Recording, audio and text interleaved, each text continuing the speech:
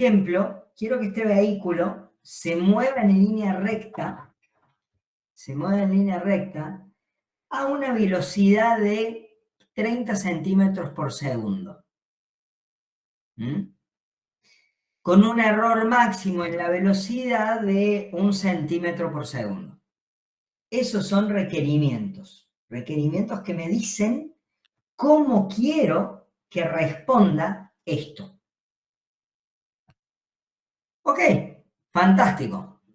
¿Cómo hacemos para que este sistema físico responda según los requerimientos? Bueno, lo primero que tenemos que hacer es obtener la abstracción matemática de este auto. Porque este auto acá, así, no me sirve de nada. ¿Qué le estudio? ¿Qué hago? No tengo idea.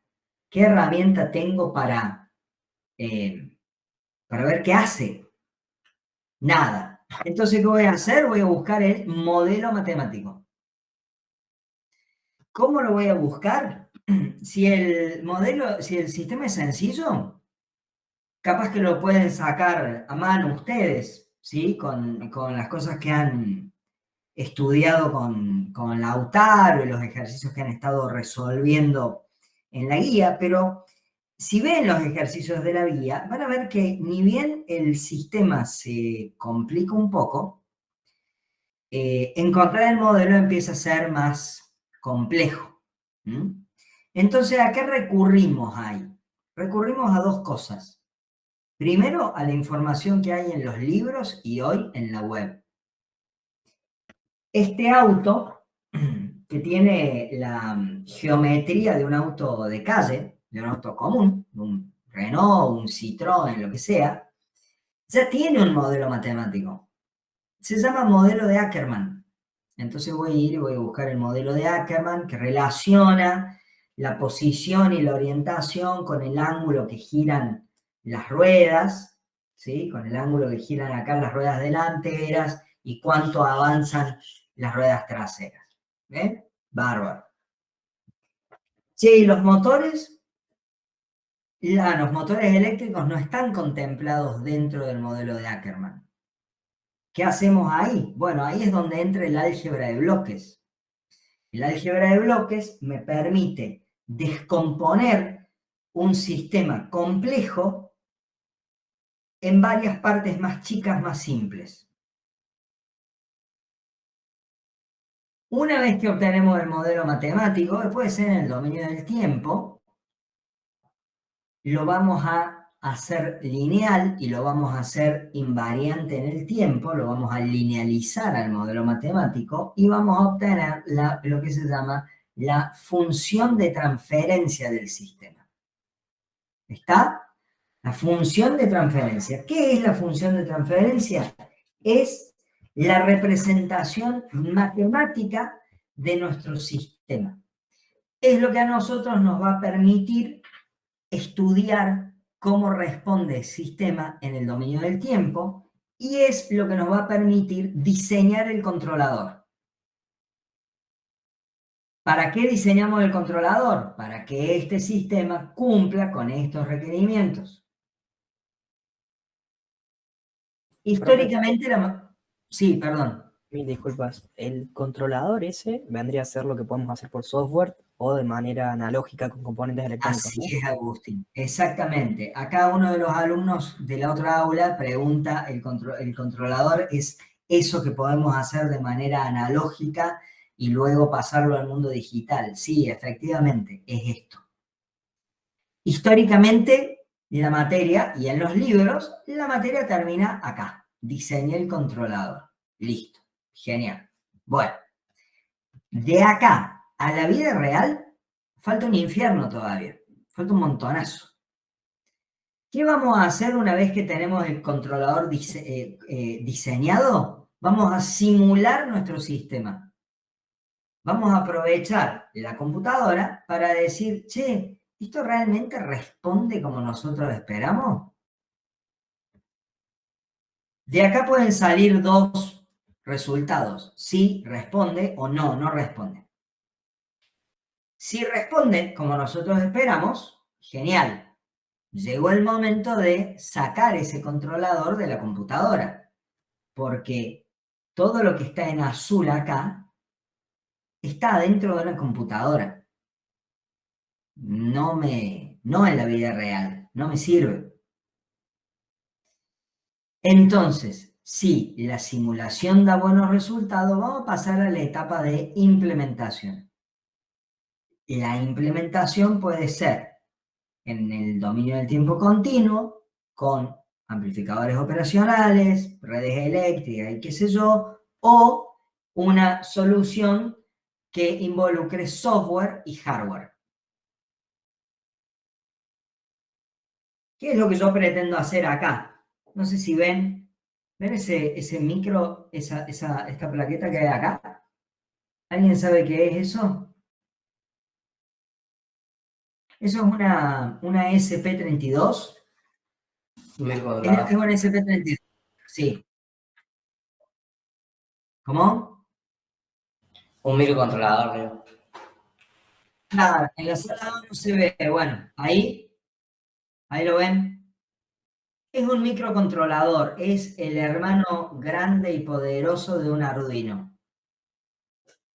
Acá vamos a meter código que implementa lo que diseñamos ahí. ¿Sí? Si es que la simulación dio bien. Si la simulación no da bien, vamos a hacer, tenemos dos caminos. Un camino es cortito, acá. Rediseño el controlador. Muevo algún parámetro, hago algún ajuste, aplico otra técnica para rediseñar esto. Y vuelvo, rediseño, simulo, rediseño, simulo. Puede ocurrir que no tenga manera de, diseñando un controlador, cumplir con los requerimientos del usuario. Por ejemplo, si el usuario me pide que este autito avance a 1 km/h, y lo más probable que no ande. O lo pongo en otros números. 10 metros por segundo. No creo que esto ande a 10 metros por segundo. Entonces, no importa qué controlador diseñemos, nunca vamos a cumplir con los requerimientos del usuario. Si llegamos a esa situación, hay que volver para acá, hay que hablar con el dueño del proyecto y decirle, mire, la verdad es que esto no va a andar. No camina. Hay que replantear los requerimientos. Listo, bárbaro. Bueno, para mí esto es sumamente importante porque esto les da una idea de qué es lo que venimos a hacer en la materia. ¿Sí? ¿Qué es lo que venimos a hacer en la materia? Ustedes han estado viendo herramientas para movernos por acá. Modelo matemático, función de transferencia. ¿Sí? Tanto cuando ven ejercicios de álgebra de bloques como ejercicios de modelado, el objetivo final es encontrar la función de transferencia de ese sistema. Bueno, ahora ya saben por qué es importante encontrar la función de transferencia del sistema. Ahora vamos a entrar una vez que tenemos la función de transferencia, vamos a entrar en esta etapa, que es el diseño del controlador. Y para entrar en esa etapa, lo primero que vamos a hacer es desarrollar un par de herramientas para poder evaluar cómo va a ser la respuesta temporal, o sea, la respuesta en el dominio del tiempo de nuestro sistema, evaluando la función de transferencia. Fíjense lo poderoso de esto, ¿no?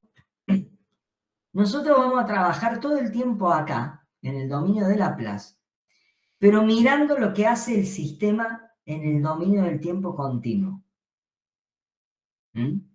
Vamos a obtener en el dominio de Laplace soluciones a cuestiones del dominio del tiempo continuo. ¿Estamos?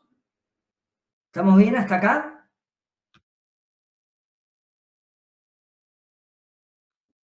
Esto sí, ya lo han visto, lazo abierto, lazo cerrado.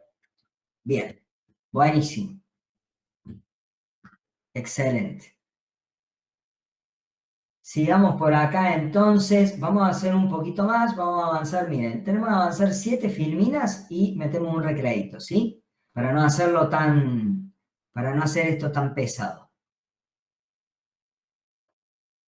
Ok, entonces, lo primero que vamos a estudiar, ahora que tenemos la función de transferencia del sistema, es su respuesta temporal, es decir, cómo responde en el dominio del tiempo. Primero, antes que eso, lo primero que uno como diseñador de un sistema de control se debe preguntar es si el sistema es estable. Y de estabilidad vamos a hablar en un ratito.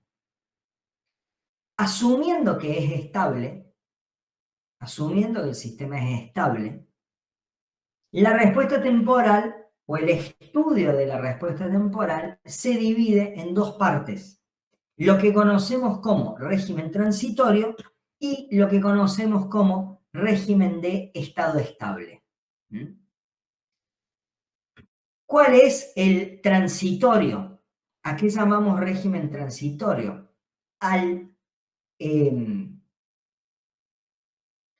Las variaciones que tiene la señal de salida de nuestro sistema cuando nosotros introducimos un cambio en la entrada. ¿Sí? Metemos un cambio en la entrada o lo perturbamos, el sistema se acomoda, se mueve un poco hasta que se queda quieto de nuevo. Bien, ese se mueve un poco, desde ese tiempo que ocurre, que pasa desde que se introduce el cambio en la señal de referencia o se introduce la perturbación, hasta que el sistema se vuelve a establecer, se llama régimen transitorio. Y por supuesto, a la otra parte se la llama régimen de estado estable. Bien, ¿cómo definimos esta frontera? Es muy importante porque para estudiar el régimen transitorio vamos a definir una serie de herramientas. Para estudiar el régimen en estado estable vamos a definir otras herramientas. ¿Cómo se define la frontera que divide el transitorio del estado estable? Cuando la salida del sistema entra en una banda del más menos 2% de su valor de régimen y no vuelve a salir de esa banda.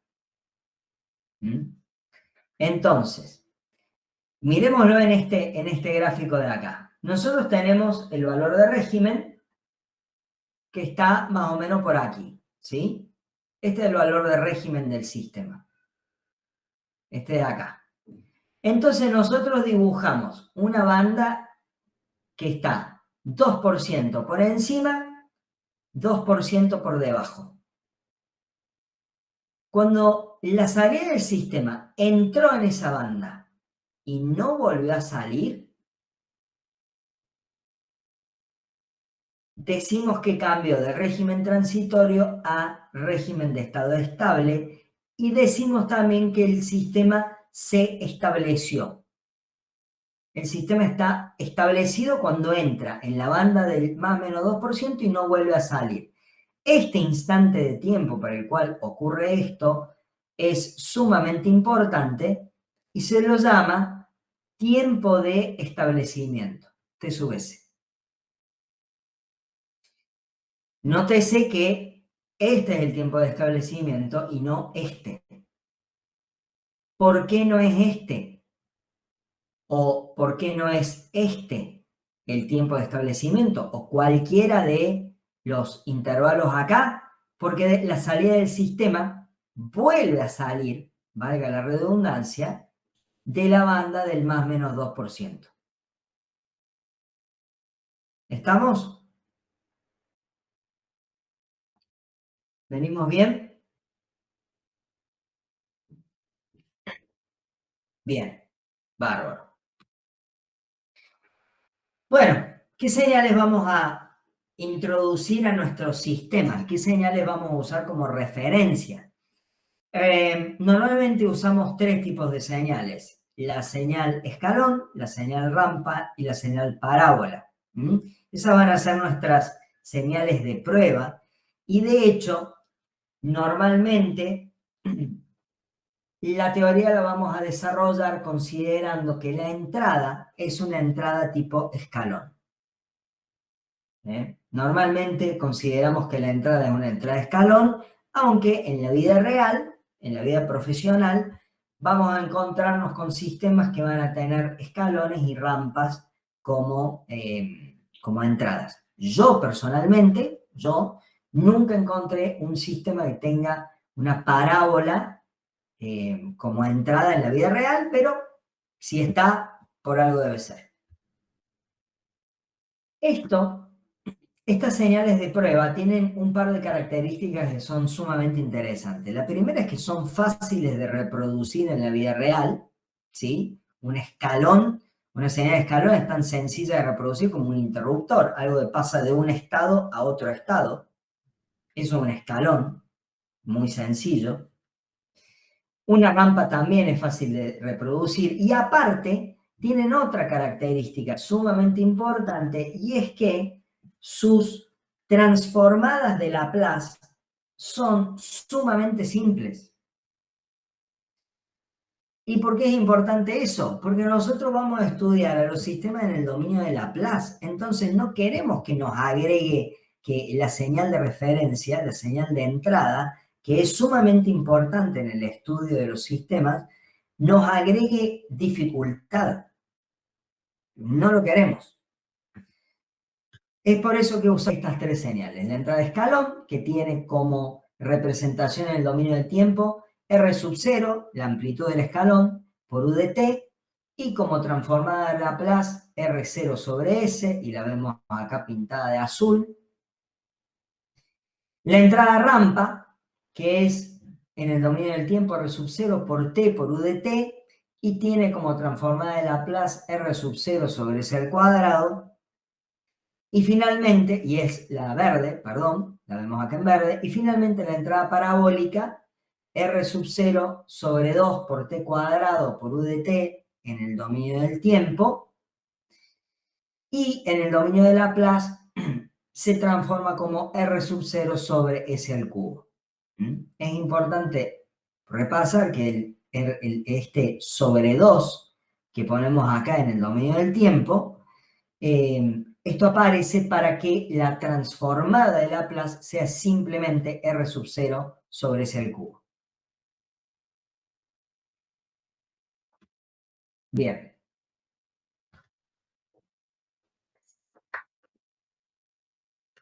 ¿Hasta acá cómo venimos? Bien, profe. Bien. Excelente. Bueno, bárbaro, gracias. Me alegro. Los sistemas se clasifican según su orden, es decir, según la cantidad de polos que tiene la función de transferencia. Los polos son, ya saben, las raíces del denominador de la función de transferencia.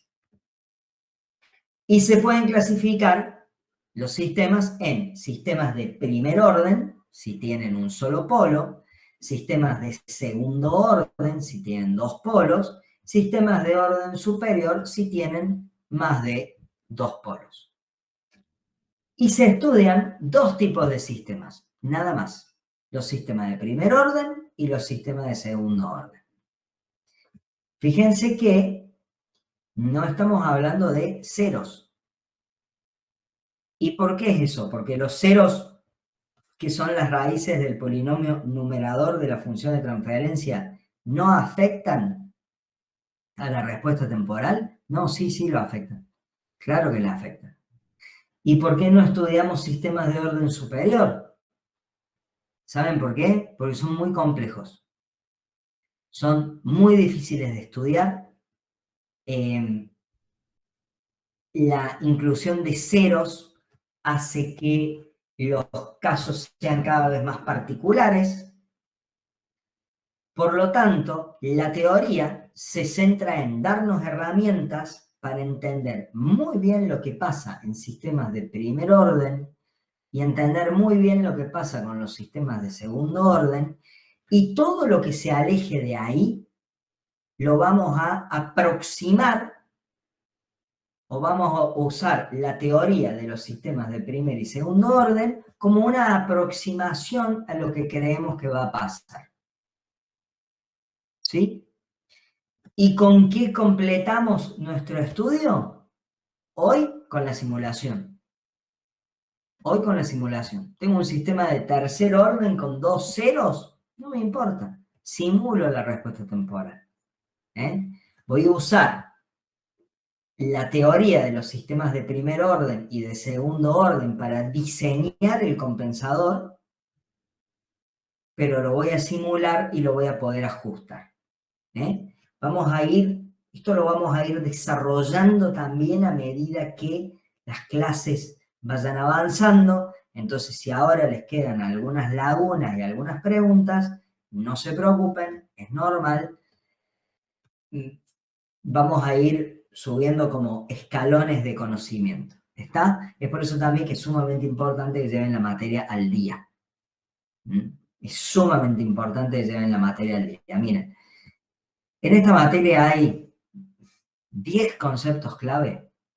10. No más. El problema es que están todos relacionados entre sí. Entonces hay que entender todo junto. Hay que entender cómo funciona todo al mismo tiempo. Entonces vamos a ir construyendo conocimiento por capas. Bueno, ustedes tienen que entender la capa más chiquita para que cuando trabajemos en una capa más grande la comprendan también. Y que cuando pasemos a otra capa también la entiendan, porque lo que está adentro también nos va a hacer falta. ¿Está? Por eso les voy a pedir que semana a semana vayan estudiando. Hablemos un poquito de estabilidad. Hay algunas definiciones acá que hablan sobre estabilidad, sobre el concepto de estabilidad.